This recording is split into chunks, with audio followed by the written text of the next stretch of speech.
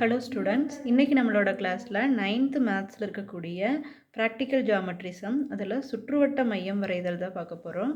அதில் பயிற்சி 4.6ல் 3வது சம் பார்க்கலாம். பாருங்கள், என்ன கொஷின் கொடுத்துருக்காங்கன்னு பாருங்கள். AB equal to 5 centimetre, BC equal to 6 centimetre, கோணம் பி ஈக்குவல் டு 100 டிகிரின்னு கொடுத்துருக்காங்க. இந்த அளவுகளுக்கு நம்ம ஒரு முக்கோணம் வரைஞ்சி அதுக்கு நம்ம ஒரு சுற்றுவட்டம் வரையணும்.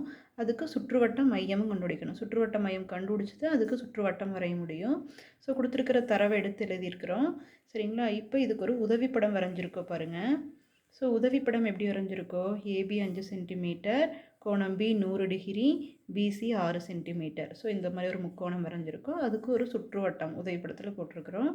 இதே மாதிரி நம்ம உண்மைப்படம் வரைய போகிறோம். ஸோ ஃபஸ்ட்டு என்ன பண்ணணும் அப்படின்னா, கீழே இருக்கக்கூடிய அடிப்பக்கம் 5 சென்டிமீட்டர் அளவுக்கு ஒரு அடிப்பக்கம் வரைய போகிறோம்.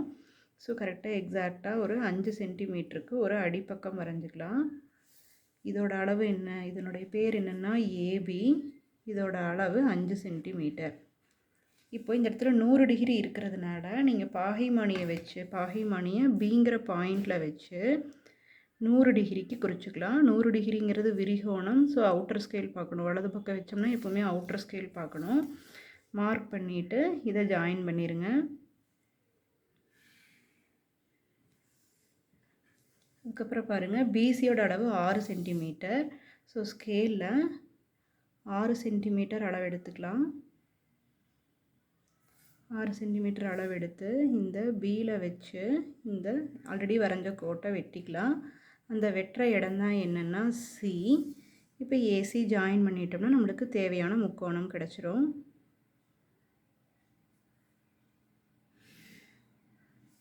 சரிங்களா? இப்போ இதோட அளவு எவ்வளோன்னா 100 டிகிரி, இதோட அளவு 6 சென்டிமீட்டர். ஸோ முக்கோணம் வரைஞ்சாச்சு.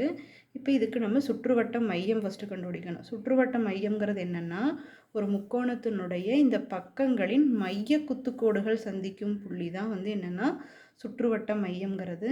ஸோ 3 பக்கத்துக்குமே நம்ம வரையணுங்கிறது இல்லை, ஏதாவது 2 பக்கத்துக்கு நம்ம இப்போ என்ன வரைய போகிறோம்னா மைய குத்துக்கோடு வரைய போகிறோம்.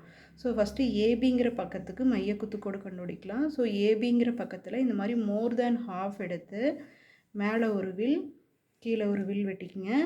ஸோ அதே அளவை மாற்றாமல் பிங்கிற பாயிண்டில் வச்சு மறுபடியும் அந்த வில்லை வெட்டுங்க. இந்த 2 வில்லு வெட்டுற இடத்த ஜாயின் பண்ணி கோடு வரைஞ்சிங்கன்னா இந்த கோட்டுக்கு பேர் தான் என்ன கோடுனா மைய குத்துக்கோடு. சரிங்களா? ஒரு பக்கத்துக்கு மைய குத்துக்கோடு வரைஞ்சிட்டோம். இதே மாதிரி பிசிங்கிற பக்கத்துக்கு மோர் தேன் ஹாஃப் எடுத்து 2 சைடு 2 வில் வெட்டலாம்.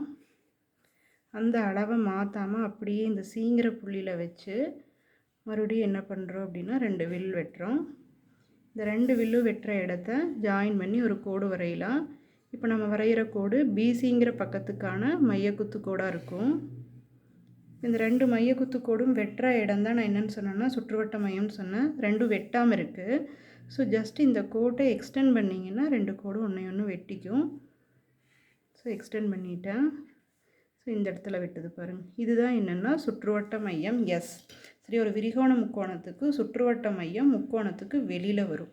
சரிங்களா? இப்போது எஸ்ஸுங்கிற பாயிண்டில் காம்பஸ் வச்சுட்டு எஸ்ஏ அல்லது எஸ்பி அல்லது எஸ்சி ஏதாவது ஒரு உச்சியினுடைய அளவை ஆரமாக எடுத்துட்டு ஒரு வட்டம் வரையணும்.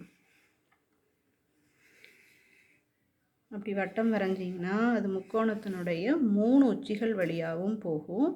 ஸோ இந்த மாதிரி போகக்கூடிய வட்டம் தான் என்ன வட்டம்னா சுற்றுவட்டம். சரிங்களா? இந்த எஸ்ஸுங்கிறது சுற்றுவட்ட மையம், இந்த வட்டம் சுற்றுவட்டம். Thank you students.